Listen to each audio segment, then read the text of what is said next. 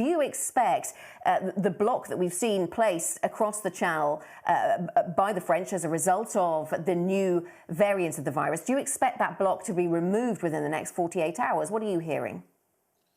Yes, we would expect some kind of a move from the French there. We think it's probably going to be a reinstatement of the exemptions for key workers, such as freight drivers, who are particularly important to keeping the UK supplied. But only time will tell, and I understand there's a meeting of European officials today, so hopefully we'll get some more information later in the afternoon. Is there going to be a testing of drivers? Is that going to be part of the strategy to unblock this?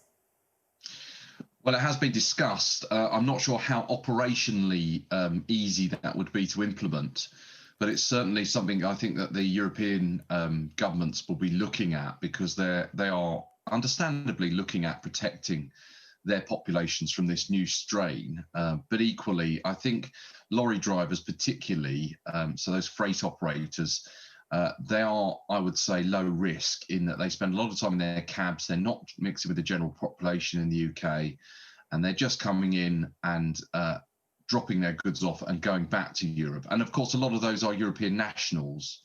So the French, the Dutch, the Germans, etc., won't want to see their citizens stranded in the UK for Christmas. So I think there'll be a bit of a political solution to this as well. Richard, do you think ports are going to be cut out of supermarket supply chains in response to this? To some, perhaps very small degree. We're listening to supermarkets talking about maybe air freighting in various types of fresh produce or using freight trains, for example. Is that what you're seeing?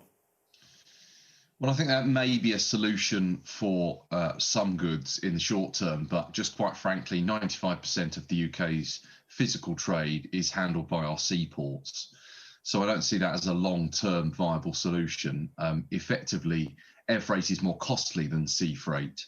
So there's one or two things that obviously it would make sense to do, but in the long run, we see seaports as remaining the solution to our logistics challenges. Are you hearing any continental European suppliers, Richard, talking about just not bothering to supply the UK, maybe for a short period around Brexit? Because, of course, we're drawn to this conversation at the moment because of the COVID variant response.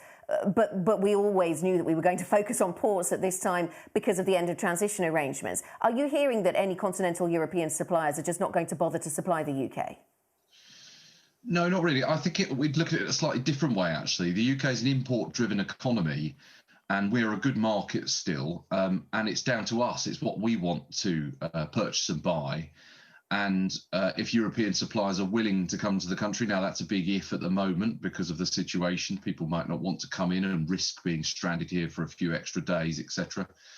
But effectively, we would see ourselves as requiring a lot of these goods, and it will be down to us to decide where we source things. Quite frankly, though, the European markets will remain geographically closer and therefore cheaper for us to use. So a lot of our trade, I think, will continue with Europe after Brexit, although there will be some issues and challenges to overcome, such as new cross-border controls, such as customs controls, etc. But only time will tell whether those markets will stay as viable as they are. Yes. And when you say, Richard, that you see exemptions for truckers as key workers, and that could be the way that this gets resolved within the next 48 hours, is that because you've had conversations that lead you to believe that's what Europeans will favour, or is this just your suggestion as to how we break the logjam here? Give us some sense of just how much conviction you have around this. Yeah, I think it's a bit of a combination of both, actually. It's certainly something we've been encouraging the UK government to consider and lobby for across Europe. But also, I think a lot of European countries will be looking at a pragmatic solution, and they'll be keen to allow their goods and their operators to get into the UK, because, as I said before, we are still a very viable market, and a lot of revenue comes from UK manufacturers, UK retailers, etc. And so therefore, I think there will be a pragmatic solution at some point. But equally, who knows, in this current health climate and this current strain of the coronavirus, could be more complicated than we first thought. So only time will tell. Time will tell. And I want to ask you about a global trend as well, Richard. We're having lots of conversations with those in the shipping industry, talking to us about the late arrival of containers, around high prices for shipping globally, all of this being driven by changing consumer habits and patterns and a resurgence of consumer demand in some areas. This was already putting pressure, I understand, on British ports. And then you add on top of that the Brexit preparations, seasonal demand. How much of that global narrative do you think is part of the disruption we're seeing, away from the specifics of Dover, Calais and COVID? Yes, our container sector has had a bit of a busy few months. And indeed, one or two of our terminals have had some operational challenges to overcome, but we're getting there.